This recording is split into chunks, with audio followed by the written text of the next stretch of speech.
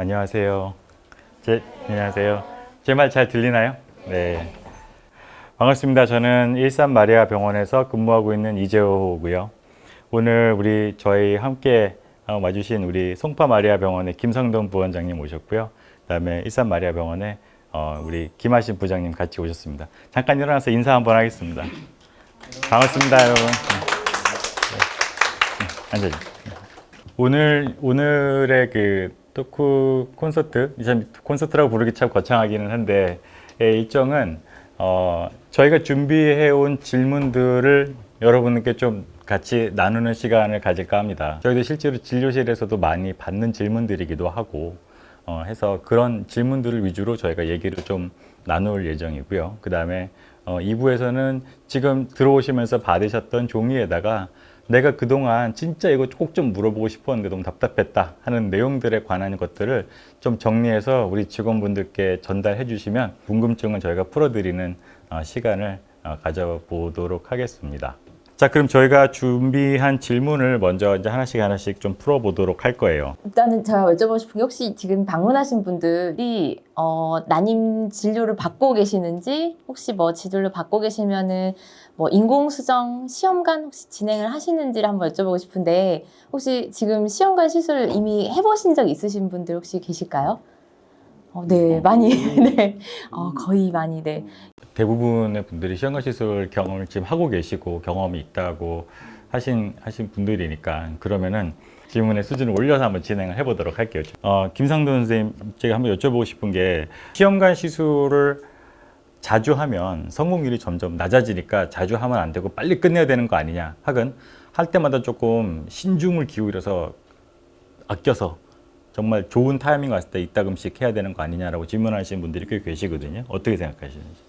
사실 이제 이게 순서가 거꾸로 된 얘기예요. 그러니까 시험관 시술을 많이 하면은 임신이 잘 안 된다가 아니라, 기본적으로 이게 이렇게 말씀드리면 참 죄송한데, 기본적으로 내 몸의 상태라든가 갖고 있는 임신 확률의 어떤 그런 조건들이 그만큼 좋지 않으니까 많이 걸리는 거거든요. 예, 그러니까 결과론적으로 보면은 시험관 시술 많이 한 분들이 임신 잘 안 된 분들인 건 맞아요. 근데 시험관 시술을 많이 할수록 뭔가 더 몸이 나빠지고 확률이 떨어진다, 그거는 아닌 거예요. 오히려 할 때마다 또 이제 임상적인 의사 입장에서 보면은, 요렇게 해봤는데 안 됐네? 그러면은 그다음부터 뭔가 좀 더 다른 방법을 또 찾아본다던가, 또 그 전에 적용하지 않았던 또 그런 방법들을 해본다든가 하는 게 있게 되기 때문에, 확률로 치면은 오히려 해볼수록 확률이 더 높아질 가능성이 더 높죠. 예. 근데 어쨌든 간에 가지고 있는 뭐 난소 기능이 저하돼 있다던가, 난자의 퀄리티가 좋지 않다던가, 그런 조건이 있다 보니까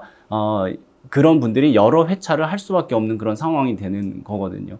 또 많이 하시는 비슷한 이제 어떤 내용의 질문 중에 하나가, 시험관 시술해요. 그럼 우리가 몸속에 있는 난자를 많이 몸 밖으로 꺼내잖아요. 그래서 난자를 많이 그렇게 꺼내면은 폐경이 빨리 오는 거 아니냐, 또 난소 기능이 나빠지는 거 아니냐, 이런 질문들을 많이 하시는데, 우리가 상식적으로 생각하면 그럴 것 같아요. 내 몸속에 있는 난자가 이렇게 있는데 그거를 꺼내다 쓰니까 그만큼 그런 난자가 더 나빠질 것 같고, 뭐 그렇게 하다 보면 폐경도 빨리 올 것 같고, 그렇게 생각이 되는데, 사실 우리가 이게 시험관 시술하는 그 과정이라는 게 난자를 여러 개를 이제 해서 키우는 그런 과정을 주사를 써서 하게 되거든요. 근데 그 난포들이 저 바닥에 있는 애들을 막 우리가 긁어가지고 끌어내가지고 쓰는 게 아니라, 원래 그 달에 자라려고 준비했던 난포들이 있어요.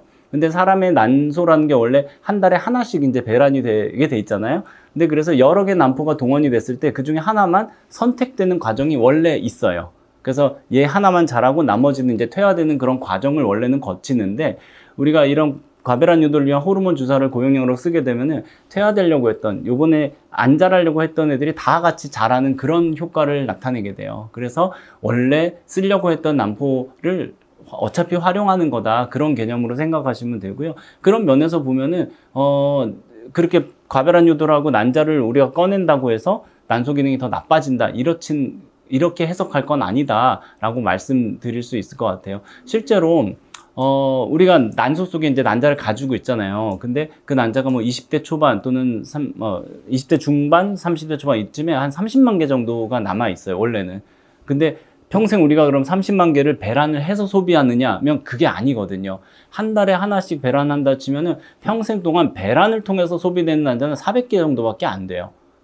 배란이 아니더라도 우리에서 몸속에서 난소는 계속 소비가 돼요. 근데 그 난자들을 소비시키지 않고 끌어다 쓰는 게 배란 유도의 개념이다. 이렇게 이해하시면 좋을 것 같고요. 그래서 시험관 시술을 반복한다고 해서 뭐 더 점점 안 좋아진다. 그렇게 이해하실 필요는 없을 것 같습니다. 간혹 이제 뭐 채취할 때마다 매번 채취 개수가 좀 줄어드는 것처럼 보이거나 난소가 노화가 빨리 일어나는 것처럼 느끼거나 하는 거는 사실 기본적으로 이론하고는 좀 맞진 않습니다.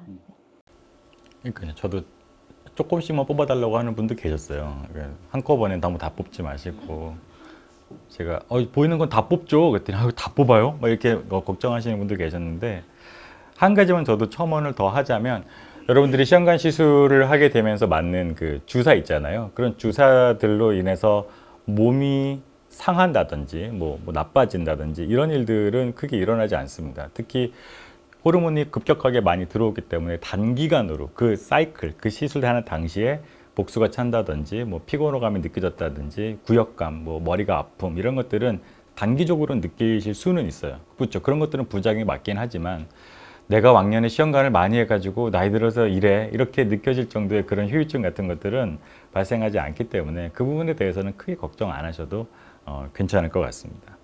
간혹 또 이제 많이 하신 분들 중에는 유방암하고 여성분들이다 보니까 난소암 이런 것도 되게 많이 사실 걱정을 하는데 저희가 이 시험관 시술 자체가 사실 되게 오래된 나름 그래도 한 40년 정도 가까이 된 역사인데 그 동안에도 여러 가지 이제 연구들이 있었어요. 이런 리뷰도 많았고 실제로 저희가 이런 시험관 시술을 통해서 뭐 그런 유방암이라든지 난소암 리스크가 올라간다는 직접적인 보고는 근거는 없기 때문에 이거를 하는 거에 대해서 일단 너무 크게 걱정 안 하셨으면 좋겠습니다. 자, 그럼 시험관 시술을 했을 때에 이게 참 나름 저희도 사실 나름 악전고투하는 일이기는 합니다. 사실 다른 모든 의학 분야에서 많은 기술들이 발전하고 눈부신 발전을 거듭하고 있고 옛날에 비해서 정말 많은 분야에서 자랑스러워할 만큼 큰 치료 성과들을 보여왔는데요. 유독 난임 부분만은 큰 발전을 저희가 못하고 있어요. 그러니까 요즘에는 암도 걸리면 70%는 완치를 시키거든요. 조기 발견도 많이 하고 치료약도 좋아지고 하니까. 시험관 시술만큼은 여전히 제가 30년간 10% 증가가 있었다고 해요. 성공률이. 미국 기준으로 봤을 때. 그러니까 정말 더딘 거죠. 저희 첫 시험관으로 태어난 아가가 7, 8년생이니까 이제 제가 옛날에 미국 가가지고 그분을 실제로 와서 강의하는 걸 본 적이 있었는데 그분은 현재 본인도 자연임신해서 또 아기를 낳고 잘 살고 계시거든요. 7, 8년생이면 그렇죠. 저희 또래인데 어쨌든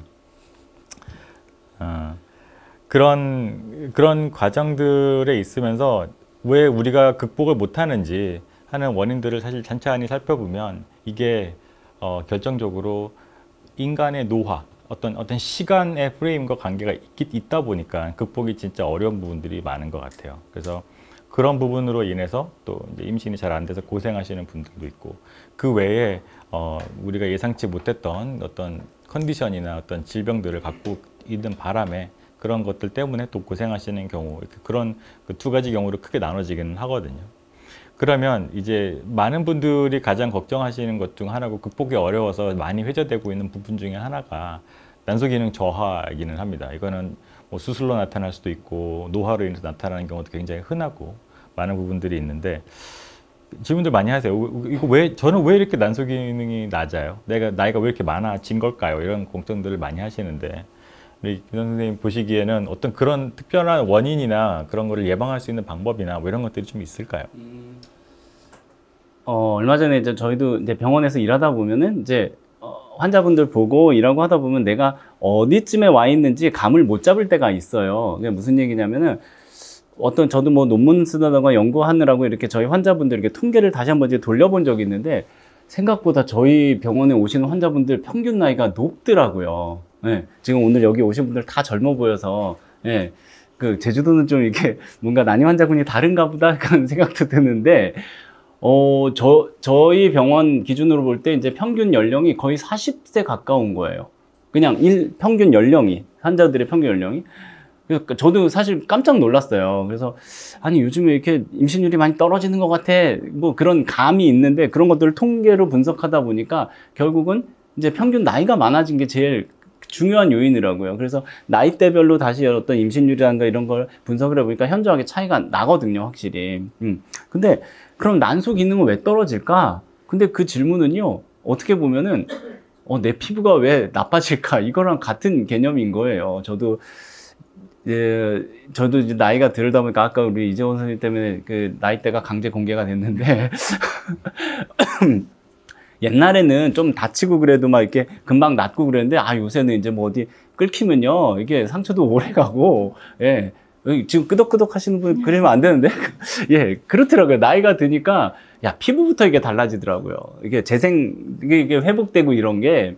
근데 우리 몸이라는 게 피부를 딱 보면 알잖아요. 나이가 드니까 그만큼 노화가 되더라라는 거예요. 근데 우리 뱃속에 있는 장기도 마찬가지고 여러분 다 알고 계시다시피 난소에 들어있는 난자라는 세포도 얘가 우리가 여성분들이 엄마 뱃속에서 이제 태어날 때 이 난자를 다 만들어 가지고 태어나요. 그러니까 오늘 배란되는 난자가 이번에 새로 만들어진 세포가 아닌 거예요. 예. 내 나이가 이제 여기 계신 분들 평균 나이처럼 한 30세다. 예? 그러면 30년 전에 만들어진 세포를 오늘에서야 이제 딱 배란돼서 나오게 하는 건 거예요. 그러다 보니까 내 몸속에 있던 세포니까 내 나이만큼의 노화를 거칠 수밖에 없어요. 이론적으로는 우리가 그런 우리 몸의 어떤 노화라는 과정을 시간을 되돌릴 수 있는 방법은 사실은 없거든요. 근데 몸이 되어가는 거니까. 근데 그거를 조금은 늦출 수 있는 방법들은 있는 거예요. 그래서 그런 것들을 결국 단순하게 얘기하면 내 건강 관리를 하고 또 항산화, 그러니까 항노화 그런 어떤 노력들을 많이 해주는 거, 그런 건강 관리를 해주는 거 그런 것들이 사실은 이제 굉장히 좀 뭐랄까요 뜬구름 잡는 얘기 같지만 그런 거일 수밖에 없는 거예요. 그런데 이런 것들이요 저희 이제 이 난임 치료를 하는 의사 입장에서 보면은 이미 늦어가지고 오신 분들한테 이렇게 하시면 좋습니다. 저렇게 하시면 좋습니다. 이러면 참 할 수 있는 게 사실은 별로 없어요. 그래서 저희가 이렇게 전국을 다니면서 난임 콘서트도 하고 하는 어떤 중요한 이유 중에 하나가 너무 늦기 전에 빨리 임신을 좀 시작을 하세요라는 메시지를 참 중요하게 드리고 싶은 것 중에 하나가 그건 거예요. 그래서 뭐 결혼이 늦을 수 있고 시작이 늦을 수는 있는데 내가 지금 좀 늦었구나 생각하면 지금부터 빨리 달려갈 준비를 하셔야 되는데 늦게 시작한 분들이 남들 다 됐는데 나는 때 되면 되겠지 천천히 해도 되겠지 이렇게 되게 여유로운 마음을 가지시다 보니까 본인이 이제 좀 본인의 상황에 대해서 자각하고 병원에 온다든가 이렇게 했을 때 되게 좀 이렇게 생각보다 많이 늦은 상황이 될 때가 많아요. 그럴 때 너무 안타까운 거예요. 그래서 뭐 정말 지금 여기 오신 분들은 훨씬 다른 분들보다 어떻게 보면 되게 깨어있고 앞서가시는 분들이기 때문에 여기 오셨다고 저는 생각을 해요. 근데 이제 저희가 지속적으로 이 사회에 또 드리고 싶은 메시지가, 뭐, 물론 임신 자체를 꼭 하는 것 자체도 뭐 본인의 선택이고 가족 계획의 일부일 수 있지만 하시겠다라고 생각하신다면은 좀 서둘러서 하실 필요가 있다라는 말씀을 꼭 좀 드리고 싶어요. 그러니까 노화라는 과정을 뭐 막 막고 이렇게 멈추고 이런 방법들을 좀 이따 우리 같이 한번 또 얘기를 몇 가지를 드리긴 할 텐데 쉽지는 않거든요. 그러니까 어렵게 가려고 하지 마시고 일찍 시작하시면 훨씬 쉽게 갈 수가 있어요. 그 메시지를 좀 드리고 싶어요. 네, 감사합니다. 맞아요. 너무 맞는 얘기인데 사실 이게 저는 그렇게 느낄 때가 많아요. 그러니까 이 얘기를 너무 중요한 얘기고 정말 구구절절 맞는 얘기인데 이 얘기를 병원에서 저를 만나서 서로 나누게 될 즈음에는 돌이킬 수 없게 이전에 그럴 걸 이런 생각들을 하게 될 때가 참 많은 것 같아서 저도 나름 유튜브 같은 데 통해서 빨리 오시라라는 프로파간다를 퍼뜨리고 있기는 하지만 참 주변 분들과 이런 아이디어는 좀 나눠줄 수 있으면 정말 좋을 것 같기는 합니다. 사실 오늘 저는 지금 아까 손 드시는 걸 보고서 오늘 마음을 먹기를 오늘은 그러면 시험관 시술의 어떤 디테일한 부분과 테크니컬한 부분에 대한 질문들을 좀 더 디테일하게 들어가는 게 좋겠다라는 생각은 확실히 들어요. 그러니까 우리 제너럴한 얘기들은 이미 다 알고 계실 거라서 제가 지금 우리 상돈 선생님 말씀하신 동안 다 필요 없는 질문들을 잘라냈는데 자, 그리고 물으면 결국 저한테도 나름 아무렇지도 않게 저도 진료실에서 인사를 하지만 제 나름대로 가장 마음이 안타깝고 무거운 때가 언제냐면은 실패 생리를 하고 3일째 저를 다시 만나러 와서 앉을 때가 저도 사실 제일 안타깝고 속상하기는 해요. 자, 그랬을 때 가장 먼저 튀어나오는 질문은 결국은 선생님, 저는 왜 안 됐을까요? 저는 선생님 다 좋은데 나 착상이 안 되는 것 같아요. 이런 얘기들 많이 하시거든요. 착상이 안 돼요. 어떻게 하면 착상될까요?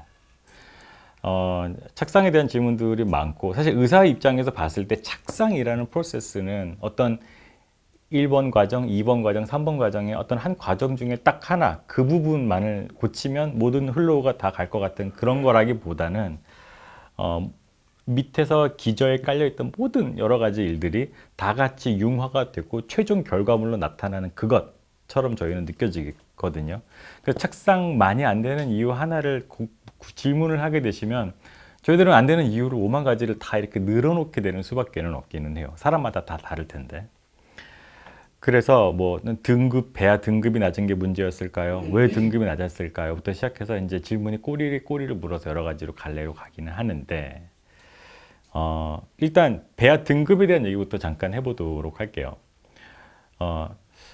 우리 김한희 선생님은 저랑 같은 병원에 있으니까 이 질문을 건너뛰고 우리 김남 선생님께 한번 물어보고 싶은 게, 선생님은 솔직하게 같은 마리아 병원이지만 제가 일하는 일산 마리아 병원과 송파 마리아 병원 사이에 배아의 등급을 매기는 데 있어서 완벽하게 똑같은 결과가 나올 거라고 생각하세요?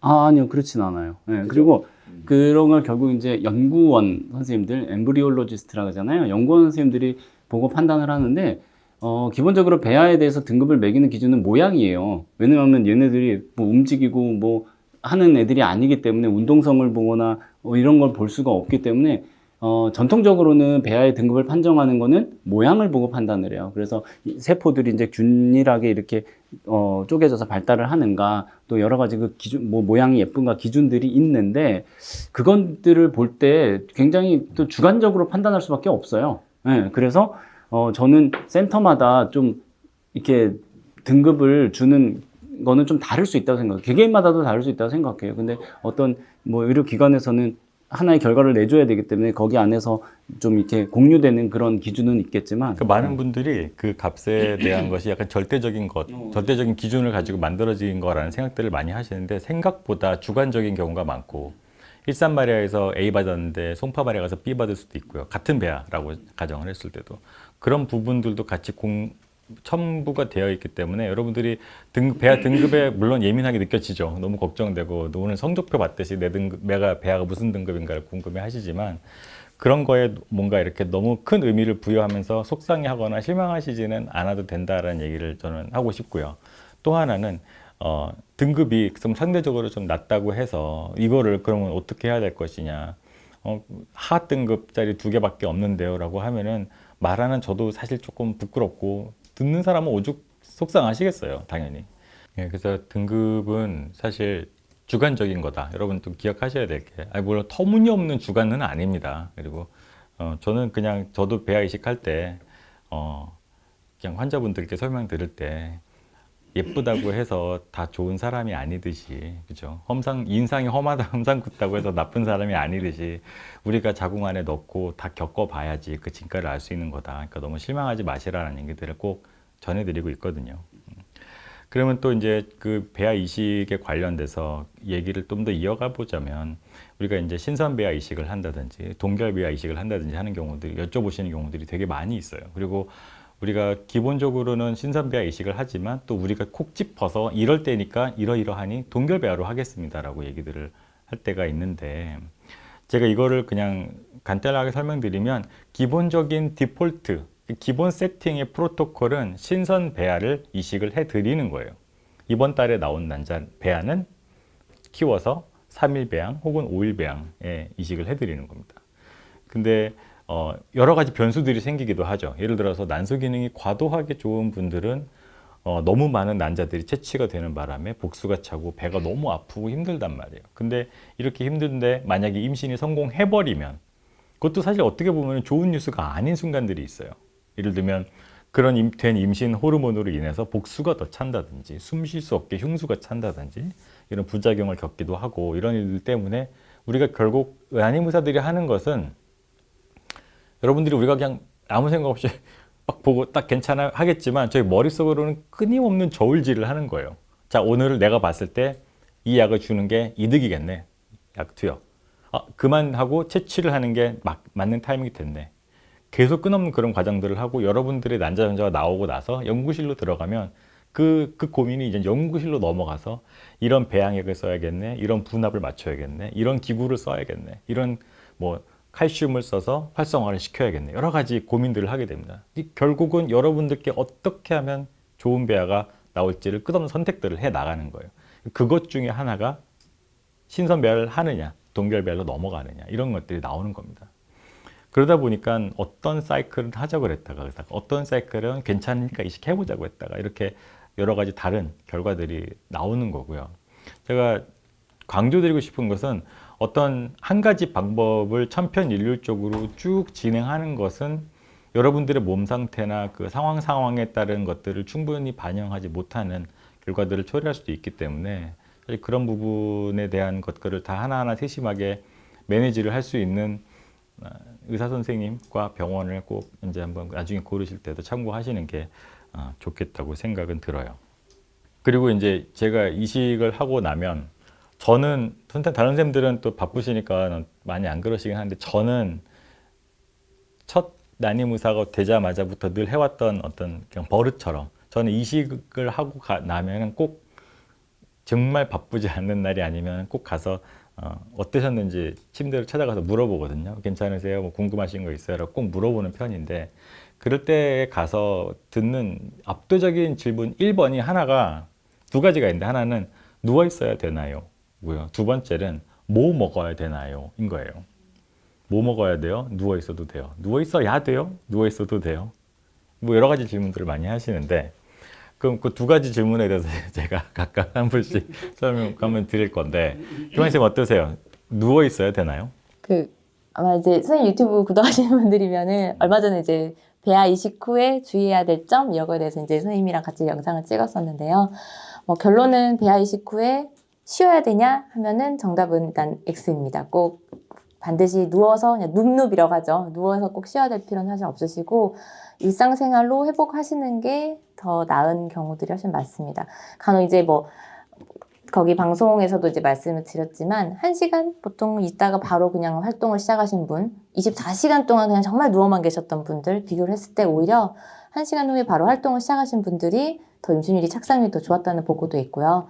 그러니까 오히려 누워만 있어서 이게 나의 스트레스를 더 만들 수 있는 부분이라고 하면은 왜 계속 누워만 있어야 되지? 너무 깝깝한데 돌아다니고 싶어 하시는 분들보다 오히려 즐거운 마음으로 햇빛 받으며 산책하시는 분들이 훨씬 더 좋은 결과를 볼 수 있습니다. 그러니까 제발 부탁입니다. 누워 계시지 마세요. 저희는 병원에서는 선생님 병원은 잘 모르겠는데 저희는 이식하고 나서 사실 걸어서 바로 베드로 이제 걸어서 회복실 베드로 가시거든요. 근데 선생님 병원은 혹시 베드채로 이렇게 저희는 이제 침대에 누운 채로 가시기는 해요. 네. 저 항의 전화도 받았었어요. 이놈의 병원은 왜 이식하자마자 걸어 나가라고 하느냐. 불안하게 화장실 바로 가도 화장실도 바로 보내고 너무하는 거 아니냐 이런 컴플레인도 받고 막 인터넷에 그런 항의 글이 올라왔다고 고객 만족부에서 저한테 막 전달도 해주고 그랬었는데 저는 그 얘기 듣고도 저는 그래도 꿋꿋하게 계속 걸릴 거라고. 왜냐면은 누워 있는 게 사실 여러 연구를 보면은 오래 누워 있는 것이 유일하게 임신율을 떨어뜨리는 공통적인 요소로 나타나기도 해요. 그러니까 누워만 있는 게 여러분들이 불안하고 안타까운 마음으로 조심스럽게 지내시는 거는 당연히 나쁠 게 없습니다만은 그냥 절대적인 침상 안정만을 하고 있는 것은 오히려 그러니까 결국 내 활동을 제약하는 거죠. 그런 것들은 결코 이로운 결과가 나오지 않는다라는 거를 늘 말씀드리고 있어요. 약간 그런 개념을 가지고 계신 것 같아요. 내 자궁 속에 이렇게 배아가 딱 들어가 있으면은 그 배아가 뭔가 구슬처럼 이렇게 싹 들어가 있어가지고 거기 이렇게 잘 있어야 된다고 생각을 하시는 것 같아요. 근데 실제로요, 저희가 실제로 배아를 이식하는데 그거 눈으로 본 사람 아무도 없어요. 뭐냐면 눈에 안 보이거든요. 눈에 보이지 않는 어떤 그 세포가 좀 발달한 덩어리를 그게 중력에 의해서 뭐 이렇게 또르르 굴러가고 흘러내리고 그렇지 않아요. 예. 그래서 자궁이라는 공간에 들어가면 거기서 배아가 알아서 자기가 잘 자리 잡을 수 있는 착상할 수 있는 자리를 찾기 때문에 기본적으로 착상하는 과정은 우선은 화학적인 과정이 먼저 시작이 되거든요. 물리적으로 내 몸에 진동이 온다, 내 몸에 뭔가 이제 움직여진다고 해서 그 배아가 막 흔들리고 아이고 어지러워 이럴 거라고 상상을 하시는 것 같은데 그렇지 않아요. 예. 그러니까 스트레스 안 받으시는 게 제일 중요한 것 같아요. 누워 있는 게 편하고 좋다 그러면 누워 계셔도 되고, 나 가만히 누워 있는 거 너무 스트레스야. 그러면서 움직이시는 게 좋고, 이거 내가 너무 힘든데 이걸 꼭 해야 되나? 그렇게 하실 필요는 전혀 없다고 생각합니다. 이식하고 비행기 타고 제주도 다시 오시는 것도 네. 당연히 하셔도 됩니다. 네. 저희는 그 군원 특성상 승무원분들이 진짜 많이 오시거든요. 승무원분들. 그러면 정말 그분들 정말 그 스케줄 근무를 하시기 때문에 배란 날짜 맞추기 정말 힘들고 시술 날짜 맞추기 정말 까다로워요. 그래서 이제 저희는 뭐 오히려 항공사마다 어떻게 맞춰야 되는지가 이제 감이 올 정도로 힘든데 이식하고 비행 가세요. 그리고 아기 집 보러 또 오시고 그런 경우 너무 많습니다. 그래서 진짜 뭐 집에 막 달구지를 타고 가시는 게 아니라면 진짜 그런 정도의 엄청난 흔들림이 있는 게 아니라면 전혀 걱정 안 하셔도 되고요. 현대 사회 현대인들이 걱정해야 될 만큼의 충격은 사실 발생하기가 굉장히 쉽지가 않습니다. 아 맞다, 식사 얘기. 이식하기 전부터 뭐 드셔도 되는지부터 잠깐 먼저 얘기를 한번 해볼게요. 그래서 선생님 뭐 두 가지를 많이 물어보시더라고요. 그것도 나누면 이제 영양제를 과연 내가 이걸 계속 먹어야 되는지 말아야 되는지는 물어보시는 경우가 많고, 또 하나는 책상이 잘 되려면 잘 되는 음식이 또 뭐 어떤 것이 있는지. 요즘에 그 흑염소즙이 되게 요즘 맘카페에서 약간 좀 핫한 유행인 것 같아요. 자, 흑염소는 구워서 썰어 드시는 건 괜찮은데 굳이 그걸 탕으로 만들어 드시는 건 별로 안 권하기는 합니다만. 저는 개인적으로는, 그러니까 모르겠어요. 흑염소를 어떻게 만드시는지 제가 그 탕제원 뭐 그런데 안 가봐서 모르겠는데, 흑염소 자체만 잘 구워서 드시는 거다. 그럼 저는 괜찮다고 말씀을 드려요. 뭐, 이 흑염소라는 동물을 이게 뭐 구워서 먹나, 삶아서 먹나, 쪄서 먹나, 뭐, 푹 구워서 즙 내서 먹나, 그 성분이 달라질 건 아니거든요. 근데 그걸 만들 때 뭔가 약재가 들어가더라. 한방적인 약재가 들어가더라. 근데 약재는 조금 전 개념이 다르다고 생각하거든요. 그런 특정한 어떤 물질이 그냥 고농도로 포함될 수 있는 그런 거라고 생각하기 때문에 그거는 좀 그렇게 권할 만한 건 아니라고 생각을 해요. 근데 이게 좀 얘기가 번나가지만 한약 질문도 참 많이 받거든요. 근데 이게 좀 조심스럽긴 한데 기본적으로 저는 한약에 대해서는 저희가 몰라요. 네, 몰라서 그거에 대해 좋다 나쁘다 말씀드리긴 어려운데, 근데 저희가 모르는 거를 괜찮을 수도 있으니까 드셔보세요 이렇게 얘기할 수는 없다고 생각을 해요. 첫 번째로.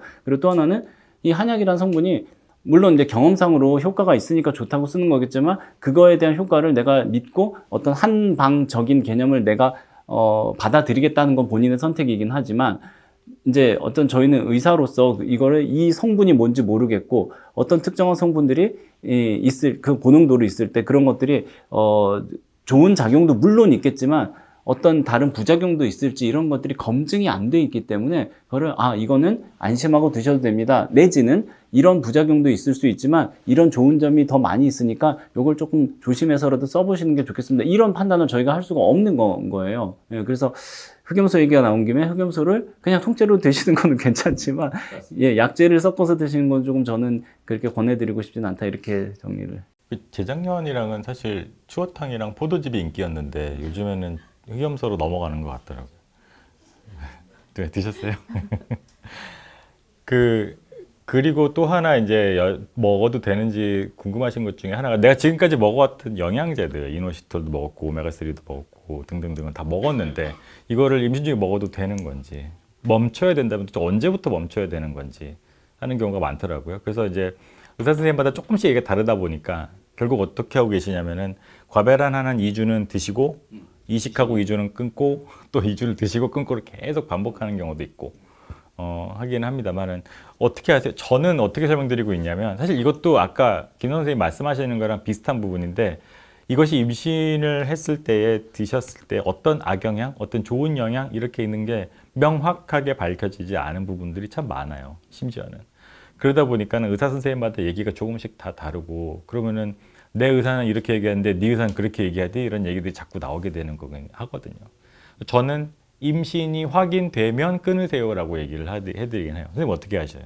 네, 저도 임신이 확인되면 끊으세요. 그렇게 왜냐하면 우리 이재원 선생님 말씀하신 대로 안 그러면은 사실 임신을 정확하게 얘기하자면 이식 기준으로는 이제 임신 가능성이 있다고 봐야 되거든요. 근데 정말 임신 중에는 절대 쓰면 안 되는 어떤 성분이 아니라면은 임신 확인된 다음에 끊으셔도 된다고 해요. 왜냐하면 일반적으로도 우리가 이 자연 임신 잘 되시는 분들이 임신인 줄 모르고 감기약 먹었어요, 무슨 약 먹었어요, 이렇게 오시거든요. 근데 대부분은 내가 임신인 줄 모르고 먹은 상태는 대개는 괜찮다고 얘기를 해요. 네, 왜냐하면 어떤 차원이냐면 그런 약 성분들이 애기한테 영향을 미쳤을 때 이 애기한테 뭔가 발달에 영향을 미친다거나 기형을 유발한다든가 이런 문제가 발생할 수도 있지 않는가 하는 거거든요. 근데 기형의 얘기를 하자면 그 애기가 뭔가 장기가 발달할 때 영향을 미쳐야지 기형이 돼요. 네, 근데 아주 임신 초기는 장기가 발달하는 시기가 아니라 얘가 사냐 죽느냐 생존하는 시기의 문제거든요. 근데 약을 먹었는데도 생존했다. 그럼 그건 괜찮은 거예요. 네, 그러니까 그 시기에 정말 아주 이른 시기에 그런 성분들이 영향을 미치려면은 all or none이라고 저희 교과서에 있는 표현을 하는데 그냥 걔가 유산이 되거나 이제 아예 생존을 못하게 돼버리지 부분적으로 기형이 된다거나 이런 식으로 영향을 미치지는 않는다라는 거예요. 그러니까 이전에 내가 뭔가 썼었는데 오늘 내가 임신이 된 걸 확인을 했어요. 그러면 괜찮은 거라는 얘기예요. 근데 물론 임신 중에 절대로 쓰면 안 되는 성분들도 있어요. 그게 FDA 등급으로 X 등급을 받은 성분들인데 그거는 당연히 조심을 해야죠. 근데 그렇지 않고 일반적인 우리가 약물이라든가 평소에 쓰는 그런 성분들, 특히나 영양제 같은 성분들은 더더군다나 훨씬 더 안전할 거라고 보는데 임신이 확인되기 전까지는 저는 쓰셔도 괜찮다고 이렇게 말씀을 드립니다. 선생님은 어떻게 특별히 임신 중에 착상 더 잘 되게 도움이 된다고 알려진 묘약 같은 걸 혹시 알고 계시고 권하시는 게 있는지요? 저는 이제 그 다낭성 난소 환자분들한테는 거의 필수적으로 권하는 게 이제 이노시톨 약제는 거의 필수로 권하고 있고요. 그 외 나머지 약제들은 사실 드셔보시면 그래도 해보다는 득이 되는 게 그래도 1, 2%라도 있으면은 드셔도 된다고 설명을 드리는데 그런 게 해당되는 영양제들이 사실 되게 많아요. 그거를 하나하나 어떤 연구에서는 영향이 있더라, 어떤 연구에서는 영향이 전혀 없더라, 똑같더라 이런 것들이 많은데 해가 되지 않는 선에서는 그냥 다 일단 복용해보세요라고 말씀을 드리는데요. 너그러운 편이시고요. 맞아요. 네. 종류가 상당히 많더라고요. 오메가3, 콜라겐, 코엔자임 Q10 종류들이 많은데 아마 최근에 또 제 선생님 유튜브 되게 보는데 최근에 올라온 것 중에 그 난소 노화하고 관련해가지고 최근에 그 두 개의 파트 1, 2 해가지고 올리셨거든요. 근데 되게 흥미로운 얘기들이 많더라고요. 실제로 우리가 난소 노화 관련해가지고 더 쉽게 개선시킬 수 있는 방향이 있는데, 그러니까 이런 영양제가 아니더라도 다른 생활습관 교정을 통해서도 이런 난소의 노화를 훨씬 더 쉽게 개선시킬 수 있는 방향이 있는데 그 한국 분들은 되게 먹는 걸로 해결하는 걸 되게 좋아하신다고. 그래서 뭔가를 영양제라든지 뭔가로 섭취를 해서 최대한 내 몸을 이렇게 좋게 하려고 노력을 하는데 그런 영양제들 같은 경우에는 이런 생활습관 교정에 비해서 얻을 수 있는 효과가 되게 더 미미하다는 거거든요. 그러니까 우리가 의사들이 그냥 정말 이렇게 부모님 말씀하듯이 잠 일찍 자세요, 운동 충분히 하세요, 식사 골고루 하세요라고 되게 너무 당연한 걸 말씀을 드리는데 핵심이 사실 그런 것들이에요. 그러니까 정말 좋은 생활습관 교정을 통해서 이런 영양제들보다 훨씬 더 좋은 효과를 만들 수 있다가 어떻게 보면 좀 핵심이거든요. 그러니까 사실 그런 말씀을 아마 좀 하고 싶으셨을 거예요. 이재 선생님이 되게 이런 난자 노화에 대해서 좀 얘기를 해보자를 좀 생각을 하신 것 같더라고요. 근데 난소 노화라는 게 사실 이렇게 조금 어려운 말로 하면 비가역적인 과정이에요. 그러니까 되돌이킬 수가 없는 과정이기는 합니다. 늙은 걸 어떻게 되돌리겠어요? 저도 흔하게 얘기하는 게 우리가 난소 기능 저하, 난자질 저하를 개선할 수만 있으면 정말 영원히 사는 길을 연 것일 수도 있다라는 얘기까지도 하거든요. 근데 언젠가 그런 날이 오기를 저는 학수고대하고 있기는 합니다만은 그래도 그러면 현실적으로 그러면 그게 안 된다고 그러면 두 손 놓고 넋 놓고 있어야 되냐? 그냥 될 때까지 얻어 걸릴 때까지 시험관을 하라는 얘기냐? 일 수도 있거든요. 여러분들이 집에서 할 수 있는 그 뭔가가 분명히 있기는 있어요. 그리고 아직 현대의학이 그거를 명확하게 답을 전하지 못하고 있는 것이고 그런 부분에 답을 저희가 찾아내야 되는 사람들이라고 생각을 해서 이제 여러 가지 보고는 있는데 지금 흥미로운 것 중에 하나가 인간의 노화의 관점, 노화 생물학적 관점에서 본다면 우리가 철저한 관리, 그러니까 식단이죠. 생활 습관 교정과 식단을 완벽하게 해낼 때에 특히 그것이 약 몇 주간만 지속된다고 해도 실제 우리 몸에서는 몇 년간의 노화가 멈춰지거나 되돌아오거나 늦춰질 수 있다는 규정들이 요즘 많이 제기되고 있어요.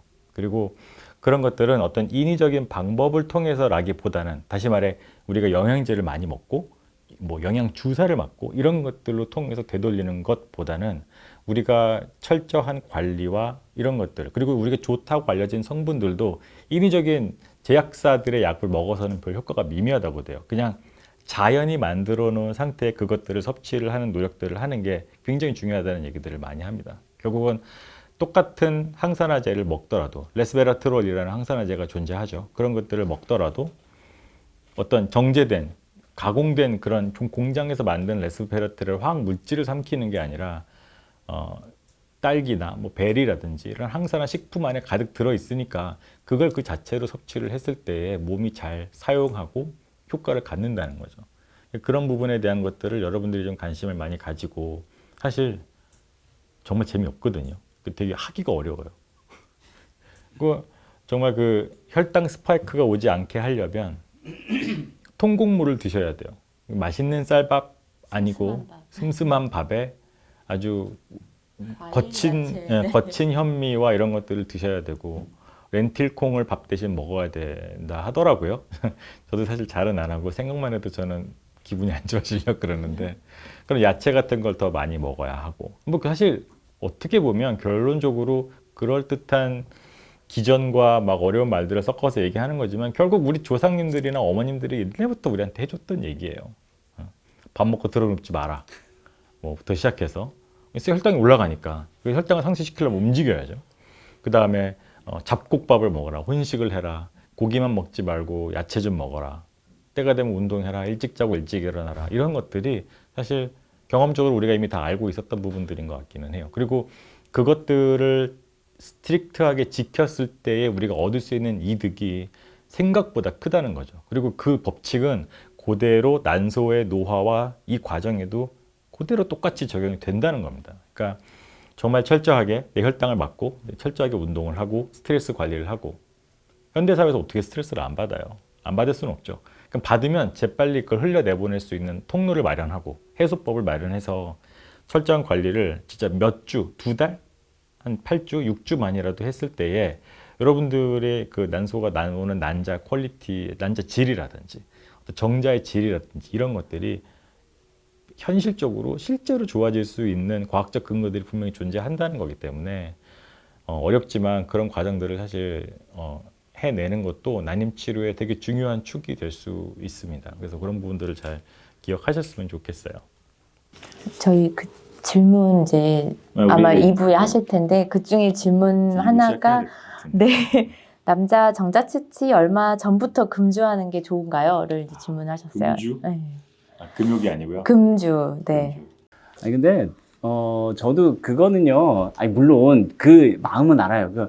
이 질문 보통 아내분들이 하시거든요. 아내분들이 보기에는 우리 남편분들이 맨날 술 먹고 맨날 담배 피우고 이게 보기 싫은 거예요. 그래서 이런 일로라도 좀 이렇게 은근히 이렇게 그 네. 남편분들 들어오시기 전에 한 번씩 이렇게 술 담배 줄이라고 좀 얘기 좀 해주세요. 이런 우리 얘기를. 남편분들 모르셨죠? 네, 아내분들이 그런 얘기를 미리 하십니다. 저희 사주 많이 봤습니다. 네.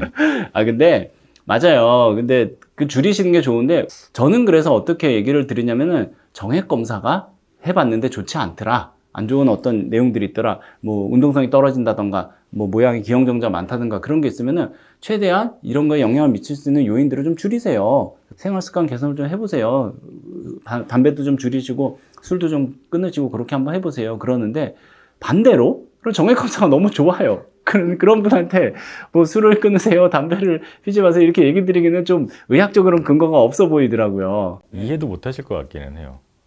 그러니까 이렇게 좋은데 뭐하러 이런 생각을 하실 수도 있으니까. 그래서 아까도 자기 능력을 벗어난 뭐 이런 상태라면 좋지 않고 또 정자 검사가 아쉬운 분들은 또 개선의 여지가 그만큼 있는 거니까 금주를 적극적으로 해보시는 게 좋기는 할 것 같습니다. 근데 그래서 그거를 며칠부터 끊으면 어떤 그런 며칠. 이펙트가 없다, 그런 어떤 데미지가 없다 그 개념은 아닌 거예요. 이 알코올이든 담배든 그 데미지가 계속 내 몸에 쌓여 있는 상태인 거기 때문에 그거를 일주일 전부터만 끊으시면 이제 그거에 대한 효과는 없어집니다. 이렇게 얘기할 수 있는 차원의 건 아닌 거죠. 네. 그러니까 이제 내가 살 1kg 빼려는데 언제부터 다이어트 시작하면 될까요? 라는 질문하고 사실 어떻게 보면 비슷할 것 같기도 해요. 사람마다 다르고 뭐 얘기할 때 뭐 정자가 생성되는데 90일, 100일 정도 걸리니까 그때부터 안 먹으면 되느냐? 그것도 뭐 나쁘지 않은 생각인 것 같기는 합니다. 근데 그런 의학적으로 어떤 시술을 위한 금주 기간이라는 게 명확하게 정해져 있는 부분은 아니다 보니까 예, 지금부터 근데 그런 건 있죠. 이게 뭐 의학적으로 얘기 드릴 수 있는 건 아니지만 또 우리 지금 아내분들 시험관 시설하려고 되게 힘든 과정 겪고 계신 분들 많잖아요. 근데 우리 남편분들도 사실 남편분들은 그 전체 과정 중에서 나중에 이제 난자 채취할 때 정자만 채취하면 하는 거 말고 하는 게 별로 없어요. 그러니까 그런 입장에서 아내분들 입장에서는 되게 서운하고 속상할 수 있을 것 같아요. 남편이 그래도 좀 담배도 끊고 술도 좀 줄이고 내가 지금 시험관 시설하고 이렇게 고생하는데 그 같이는 못 해줄 망정 좀 이렇게 자기 생활 습관 개선이라든가 이런 걸 해서 내가 지금 하고 있는 과정을 그래도 조금 알아줬으면 좋겠고 좀 같이 간다는 그런 거를 해줬으면 좋겠는데 어떤 이제 분들은 거기에 대해서 아무 생각도 없는 것 같고 아무 이게 협조도 안 하는 것 같고 그런 마음들은 되게 섭섭하실 것 같아요. 그래서 우리 남편분들 지금 오늘 같이 오신 분들은 너무나 이제 훌륭하신 분들이에요. 그런 마음을 좀 헤아리셨으면 좋겠다는 생각은 들어요. 그러니까 의학적으로 언제는 끊으셔야 됩니다 이게 아니라 아내분이 이렇게 고생하고 계시니까 그거에 같은 마음으로 좀 이렇게 참여해 주시면 좋겠습니다. 그런 말씀을 드리고 싶네요. 자연스럽게 넘어가진 것 같기는 한데요. 우리가 이제 지금 들어오시면서 써주셨던 질문들 어떤 것들을 궁금해 하시는지 서로 한번 나눠볼 수 있도록 하겠습니다. 지금 주신 질문이 엽산 섭취에 대한 질문이세요. 그래서 도대체 얼마를 먹어야 되는지, 무엇을 먹어야 되는지 결론부터 얘기하면 남성은 꼭 먹어야 된다는 아니고요. 하지만 뭐 드시면 도움이 될 것 같기는 하죠. 여성은 기본으로 400 마이크로그램을 드시는 걸로 충분합니다. 그게 버텀 라인이고 끝이에요. 그 이상도 이하도 사실 추가적인 연구들은 아직 결론 난 거는 없기는 합니다. 한 가지 예외적인 상황이 이전에 신경관 결손을 가진 아기를 출산했다든지 그런 뭐 혈당이 매우 높은 당뇨를 앓고 있다든지 아니면은 그런 혈산 대사를 방해하는 약을 간질약이라든지 이런 것들을 복용하고 계신다면 용량을 4,000 정도로 10배를 드시라라고 우리가 권유를 하고 있어요. 근데 이제 많은 경우에 요즘에 뭐 뻑하면 이제 착상 3번만 실패하면 반착 검사들을 하시잖아요. 그럼 거기 반착 검사를 하면 의뢰에 따라가는 것 약이 통상적으로 2가지가 있는데 하나가 아스피린이고 하나가 고용량 엽산이긴 합니다. 특히 염색체 검사를 하는 과정에서 MTHFR이라고 부르는 엽산 대사 이상을 가진 부분들을 검사를 하고 사실 이게 굉장히 흔한 돌연변이기는 한데요. 염색체 대사가 이상이 있으니까 여러분은 고용량 엽산을 먹어야 돼요 라고 해서 드시는 경우가 많긴 한데 미국 구글 가셔서 CDC 가이드라인 CDC 그 있잖아요. 미국 식약청 거기 가이드라인 쳐봐도 제발 그렇게 좀 먹지 말라고 나오기는 합니다. 꼭 그걸 그렇게 드셔야 되는 건 아니에요. 그 결국은 엽산 대사 이상이 오면은 뭐 테크니컬한 얘기죠. 호모시스테인이라는 물질이 올라가고 그것을 낮추기 위해서 엽산을 많이 먹는 건데 실제로 엽산 대사 이상이 하더라도 거기까지 올라가 있는 분들이 사실 많지는 않거든요. 그래서 우리가 먹어야 될 엽산의 함량은 400 마이크로그램이다 라는 거 알고 계시면 되고요.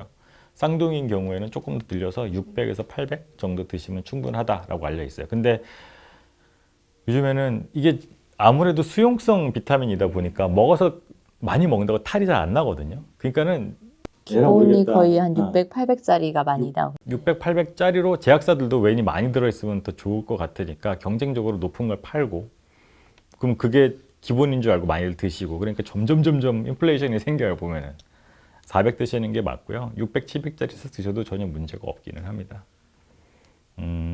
얼마나 먹어야 되느냐?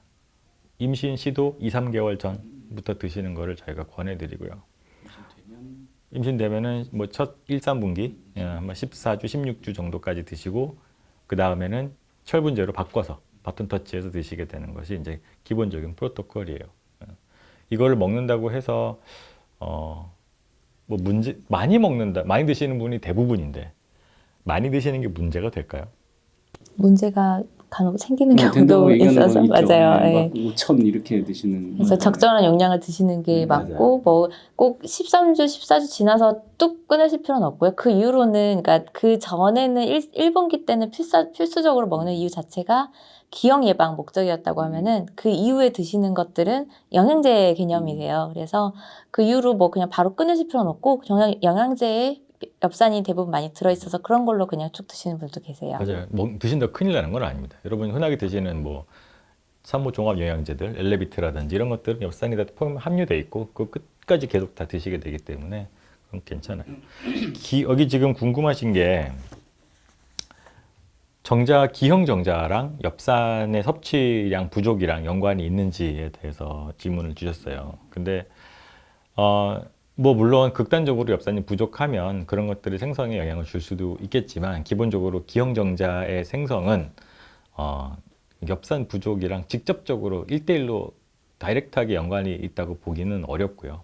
기형정자가 많으니까 엽산을 먹어서 그거를 무조건 해결할 수 있겠느냐라고 했을 때 글쎄요. 어떻게 생각하세요, 선생님? 뭐 이렇게 간혹 남성 영양제 좋은 거 뭐 어떤 성분을 먹어야 돼 이렇게 물어보면 사실 뭐 정자 생성에 도움이 되는 여러 가지 영양소들이 있어요. 그 중에 하나가 이제 엽산인 거고, 뭐 같이 대부분 많이 포함되는 게 뭐 셀레늄, 아연 이런 애들이 되게 여러 개가 들어가 있는데, 뭐 어떤 특정 성분이 기형정자 부족하면 기형정자를 유발한다. 꼭 이런 제품은 없고요. 말 그대로 그냥 저도 간혹 이제 어떻게 하면 좋아지나요? 많이 물어보시면 뭐 생활습관 교정, 간호 이런 남성 종합 영양제를 드시면은 그래도 도움은 될 수 있습니다 정도로 설명드리고 있어요. 혹시나 뭐 부족한 빵꾸가 있었으면 메워줄 수 있지 않을까. 뭐 편식을 많이 했다든지 하는 이유로. 그래서 그리고 뭐 아까 우리가 이제 음식 얘기도 잠깐 했었는데 남편분이 흑마늘즙, 양파, 마늘을 섭취하시는데 근데 음식을 이렇게 드시는 거는 저는 문제가 없다고 생각해요. 문제가 발생하는 것은 마늘즙을 농축을 해서 하나의 포나 알약으로 만들어가지고 그걸 과다하게 섭취를 할 때 음식과 약의 차이는 여러분 결국은 농도 차이예요. 농도. 같은 화학적 물질을 삼키는 거 아니겠어요? 근데 그걸 극단적인 농도로 만들어서 어떤 목적을 가지고 먹게 되면 그걸 약이라고 부르는 거고 내 나름대로 약을 만들어서 과도하게 복용을 하는 거기 때문에 과도한 즙 이런 거는 저는 되도록이면 피하시는 게 좋겠지만 뭐 그런 여러 가지 야채나 이런 것들을 생으로 드신다는 것은 저는 뭐 전혀 문제가 없다고 생각합니다. 우리 김 선생님 네. 한번 하나 읽어주시겠어요? 네. 네. 사연이 이제 기신데요. 내막이 이제 얇은 거에 관련해서 좀 많이 걱정을 하셔가지고 질문 이제 써주셨는데, 얇으면 임신 유지가 잘 안 되는지 계속 하면은 가능성이 있을까요? 착상은 사실 뭐 잘 된다고는 하시는데 이제 말 그대로 유지가 안 되는 게 좀 이제 걱정이실 것 같아요. 그래서 보니까 뭐 코큐텐도 드시고 비타민 E도 지금 드시고 하시는 것 같아서 선생님이 한번 고견을 해주셨습니다. 근데 사실 내막이 얇음 이퀄 뭐 습관성 유산, 반복 착상 실패 이렇게 그러니까 임신이 지금 뭔가 수치가 나왔다는 것은 그 배아와 그 내막과의 어떤 인터랙션이 분명히 있었다는 거니까 글쎄요, 저 내막 얇은 것 자체가 너무 뭐 괜찮지 그러니까 반응이 있다면 그나마 좀 나은 상황은 아닐까라고 생각은 들고 그럼 궁극적으로 왜 자꾸 올라가다 떨어지는지 이런 부분을 고민해 보면은 지금 나이가 41세이시더라고요. 그러니까 40세가 넘으면 당연히 제가 좀 이따 이제 이거에 대해서 좀 더 깊이 얘기를 하긴 할 건데 배아에 염색체 이상이 발생할 수밖에 없고 그러니까 궁극적으로는 조금 불안한 집안에 설계도가 잘못된 건물을 올리다 보면은 당연히 중간에 무너지는 일들이 자꾸 생기지 않을까. 그리고 저는 염색체 이상에 대한 부분도 비중 있게 생각을 해보셔야 되지 않을까 싶기는 합니다.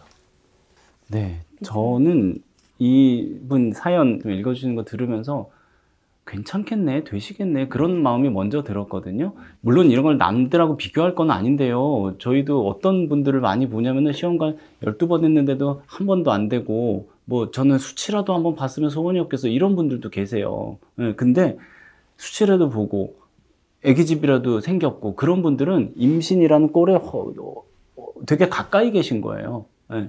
여기 한 가지 사연도 있어서 이것도 같이 좀 말씀드리려고 그러는데 쌍각자궁이신데 임신이 정상적으로 가능한 거 이렇게 질문을 주셨어요.